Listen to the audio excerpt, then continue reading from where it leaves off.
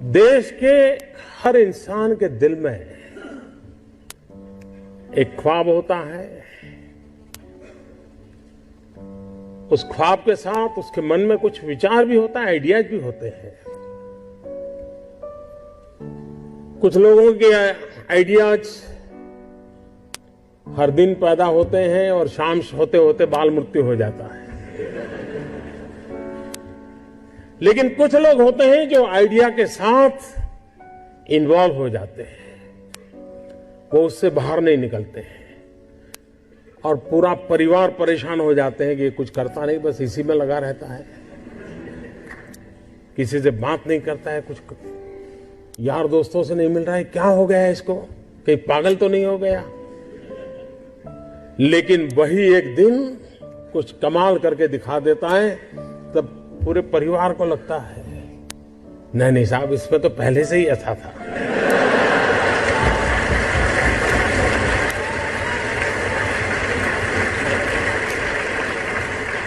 आप में से सबके जीवन में एक अनुभव आया होगा, जो सर्वनाश आपने सुना।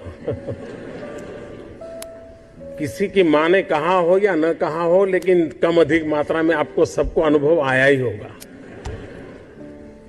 क्योंकि ज्यादातर ये फर्स्ट जनरेशन एंटरप्रेन्योर है, ऑल स्टार्टअप्स। और जब कुछ सोचा होगा, नहीं बेटे अपना काम नहीं तो कहीं नौकरी कर ले।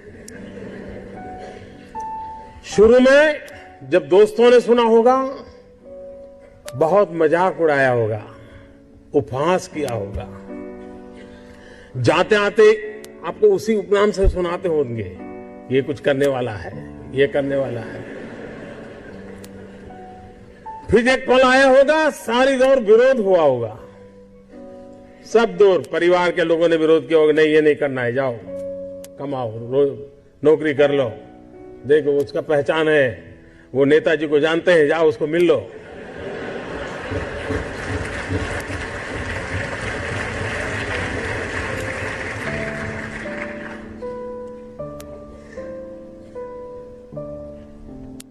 उस विरोध के बावजूद भी जो टिके होंगे, आज सब लोग कहते होंगे कि यार इसने तो कमाल कर दी, कुछ ऐसा मुझे भी करना है। हर किसी के स्टार्टअप की जिंदगी की यही कहानी है। एक भीतर से एक ऊर्जा होती है, भीतर में सपने होते हैं, उसके साथ खप जाने का इरादा होता है, तब जाकर के परिस्थितियां पलटती है। और दुनिया में हर किसी ने यही किया होगा।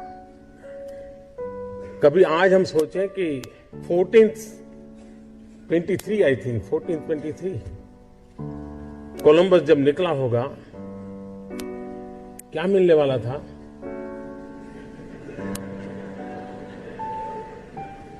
लेकिन उसको लगा होगा कि कोई एक नया रूट मुझे खोजना है, विश्व को मुझे जोड़ना है, और वो चल पड़ा। और चलने के पहले उसने ढेर सारी चीजों का अध्ययन किया होगा, टेक्नोलॉजी डेवलप की होगी, और नया एक उसने स्पाइस रूट को दुनिया को दिया होगा।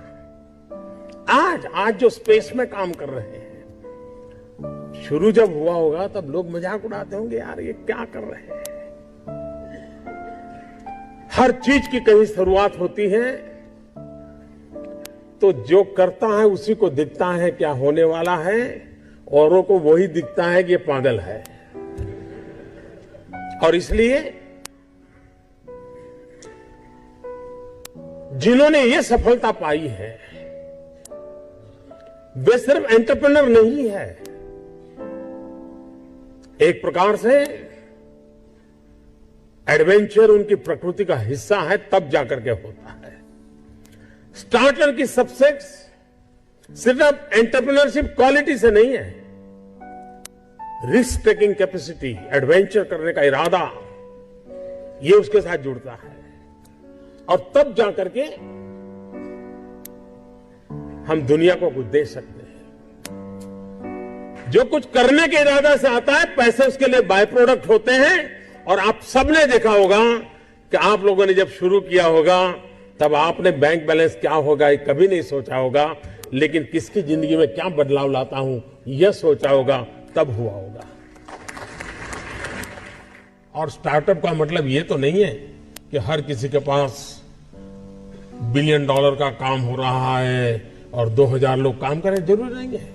5 लोगों को भी अगर मैं रोजगार देता हूं तो मेरा स्टार्टअप मेरे देश को आगे बढ़ा रहा है।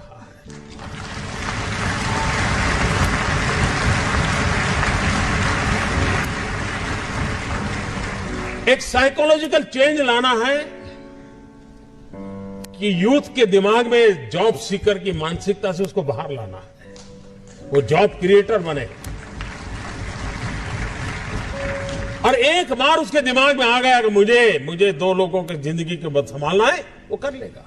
जिस देश के पास 800 मिलियन 35 से कम आयु के नौजवान हो, जिस देश के नौजवानों के पास टैलेंट हो, हाथ में हुनर हो, अपरंपार सपने हो और पूरी दुनिया में अवकाश ही अवकाश हो, क्या नहीं हो सकता है।